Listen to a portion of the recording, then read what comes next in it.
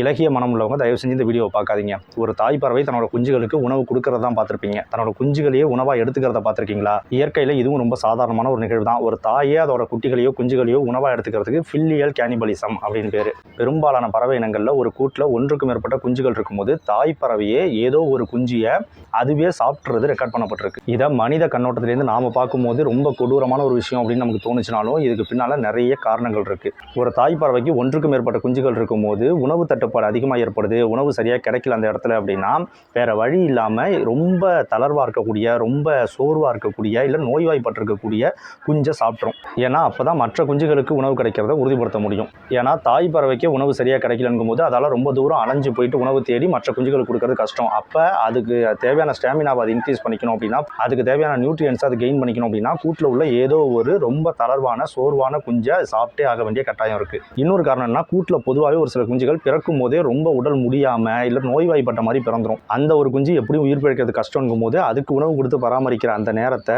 மற்ற குஞ்சுகளுக்கு செலவிட்டோம்னா அந்த குஞ்சுகளாவது திடகாத்திரமாக வளரும். அப்படின்றதுனால அந்த குஞ்சை ஒன்று சாப்பிட்ரும் இல்லைனா கைவிட்டுரும். அதோட இப்படி ரொம்ப வீக்காவோ நோய்வாய்ப்பட்டோ இருக்கக்கூடிய இறக்கும் தருவாயில் இருக்கக்கூடிய ஒரு குஞ்சுன்றது மற்ற வேட்டையாடிகளை ஈர்க்கக்கூடியது, கூட்டை நோக்கி ஈர்க்கக்கூடியது. அதை தவிர்க்கணுன்றதுக்காகவும் அந்த குஞ்சியை தாய் பறவை சாப்பிட்ரும். ஏன்னா அது மற்ற குஞ்சுகளுக்கும் ஆபத்தை விளைவிச்சிரும் இல்லையா? இப்படி தாய் பறவை தன்னோட குஞ்சுகளை சாப்பிட்றது பார்க்கறதுக்கு நம்ம பார்வையில் கொடூரமாக தெரிஞ்சாலும் தன்னோட அடுத்த தலைமுறையை இங்கே நிலைநாட்டுறதுக்கு, அடுத்த தலைமுறையோட ஆரோக்கியத்தை உறுதிப்படுத்துறதுல, ஸ்ட்ராங்கான குஞ்சுகளை மட்டுமே இங்கே பிழைக்க வைக்கிறத உறுதிப்படுத்துறதுல இந்த விஷயம் ரொம்ப முக்கியமான, அதாவது ஃபில்லியல் கேனிபலிசம் அப்படின்ற இந்த விஷயம் ரொம்ப முக்கியமான பங்கு வகிக்குது. இதுக்கு ப்ரூடிங் ரிடக்ஷன் அப்படின்னு பேர்.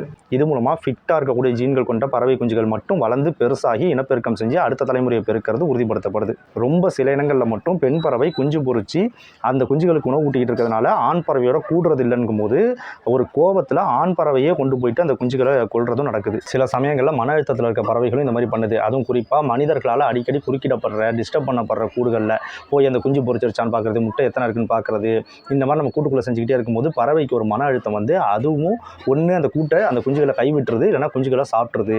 அதனால தான் குருவி கூடு இருந்துச்சுன்னா அதை போய் கையால் தொடாதீங்க, அடிக்கடி எட்டி பார்க்காதீங்கன்னு சொல்லுவாங்க. இதை பற்றி நீங்கள் என்ன நினைக்கிறீங்கன்றதை கமெண்ட்டில் சொல்லுங்கள்.